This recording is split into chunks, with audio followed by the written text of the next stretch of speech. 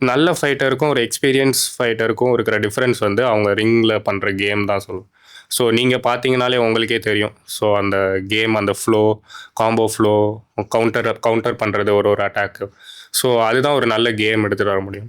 So நான் வந்து அது என்னோட கெப்பாசிட்டிக்கு விட கம்மியா பண்ண மாரி தான் எனக்கும் ஃபீல் ஆச்சு. அதுதான் என் கோச்சுக்கும் ஃபீல் ஆச்சு. ஸோ அவரு சாட்டிஸ்ஃபைடு இல்ல. ஸோ நெக்ஸ்ட் இயர் நான் இப்ப நேஷனல்ஸ் போம்போது, இன்னும் நல்ல ஒரு எக்ஸ்பீரியன்ஸ்ட் ஃபைட்டரா, ஒரு நல்ல கேம் பண்ற ஃபைட்டரா போணும். Okay, that's nice. நீங்க இன்னும் இம்ப்ரூவ் பண்ண நினைக்கிறீங்க உங்க கேம்ஸ். That's nice. ஸோ நீங்க உங்க ஃபைட் மேட்ச் பார்த்தீங்களா? ஆ.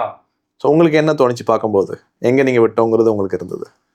நீங்க நோட்டீஸ் பண்ணுவீங்க. உங்க ட்ரெய்னிங் வீடியோஸ் இல்ல உங்க ஃபைட் வீடியோஸ் பார்க்கும்போது, சின்ன சின்ன மிஸ்டேக்ஸ் உங்களுக்கு அங்க ரிங்குல இருக்கும்போது எதுவும் தெரியாது. பிளாங்க்கா இருக்கும்.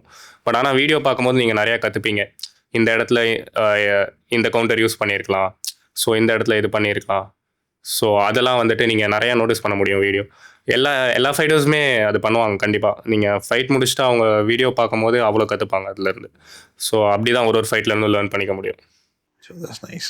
ஸோ நெக்ஸ்ட் இதில் இன்னும் இம்ப்ரூவ் பண்ணணும்னு என்னோட வாழ்த்துக்கள்.